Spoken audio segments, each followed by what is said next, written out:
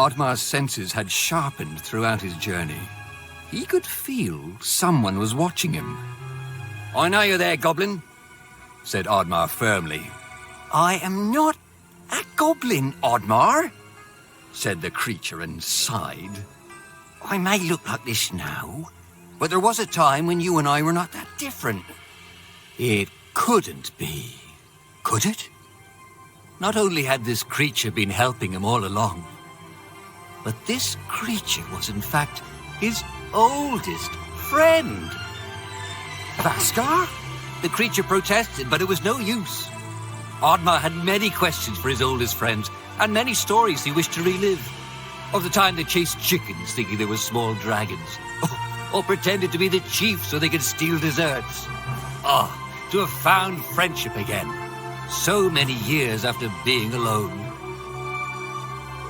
With a sense of shame, Vaskar looked down and said, "I'm not Vaskar anymore. I've not been since I was cast out. Now I'm even less. I didn't want to tell you because I didn't want you to see me like this." "Stop it," Oddmar interrupted. "You should have told me.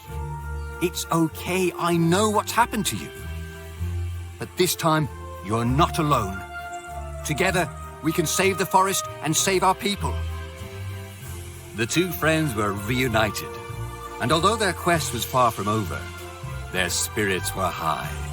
Could it be that all was not as bleak as it once appeared?